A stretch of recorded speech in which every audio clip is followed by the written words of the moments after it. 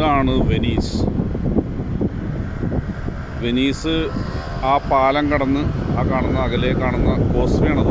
നമ്മുടെ Bahrain causeway ഒക്കെ പോലെ. ബഹ്റൈൻ കോസ്വേ ഏകദേശം 10-25 കിലോമീറ്റർ ഉണ്ട്.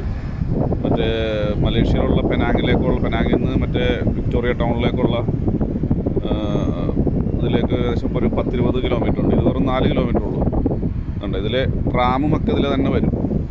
ട്രാമിൻ്റെ ലൈനൊക്കെ താഴത്തുണ്ട്. ഇതാണ് വെനീസ്. പ്രശ്നം എന്ന് വെച്ച് കഴിഞ്ഞാൽ വണ്ടി ഞാനിവിടെ കൊണ്ടുവന്ന് പാർക്ക് ചെയ്തു. കാരണം അങ്ങോട്ട് കാറ് പോകില്ല. ഇന്നലെ ജർമ്മത്തിൻ്റെ കഥ പറഞ്ഞ പോലെയാണ് സ്വിറ്റ്സർലൻഡിൽ. ഇവിടെ 10ാമത്തെ നില, കാർ പാർക്കിങ്ങിൻ്റെ 10ാമത്തെ നില കേട്ടോ. അവിടെ പാർക്ക് ചെയ്തതിന് 35 യൂറോ ഒരു 24 മണിക്കൂറിന്, എന്ന് പറഞ്ഞാൽ 3500 രൂപ ഞാനിവിടെ കൊണ്ടുവന്ന് പാർക്ക് ചെയ്തു. ഈ 10ാമത്തെ നിലയിൽ നിന്നാണ് ഈ വീഡിയോ എടുക്കുന്നത്. അതുകൊണ്ട് ഇതൊക്കെ ഫുള്ള് കാറുകളാണ്. വെനീസ് നഗരം. ഇനി ബോട്ടിൽ കയറി ബസ്സിൽ കയറിയൊക്കെ താമസിക്കുന്ന സ്ഥലത്തോട്ട് പോകണം. ബോട്ടുകൾ ഇങ്ങനെ ഒഴുകുന്നുണ്ട്, ആളുകളും അതുപോലെ ഒഴുകുന്നുണ്ട്. പാലത്തിൻ്റെ മുകളിൽ കൂടി ധാരാളം പാലങ്ങളൊക്കെ ഉള്ള സ്ഥലമാണ് വെനീസ് എന്ന് പറഞ്ഞാൽ. അറിയാലോ, നമ്മുടെ ആലപ്പുഴനെ പറയുന്നത് കിഴക്കിൻ്റെ വെനീസാണ്.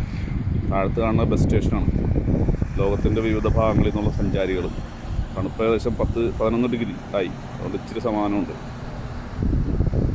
അവിടെ ഏതൊക്കെയോ പഴയ കെട്ടിടങ്ങൾ ഇങ്ങനെ നിൽപ്പുണ്ട്. വെനീസിലെ വ്യാപാരി, ആ കഥ അറിയാലോ.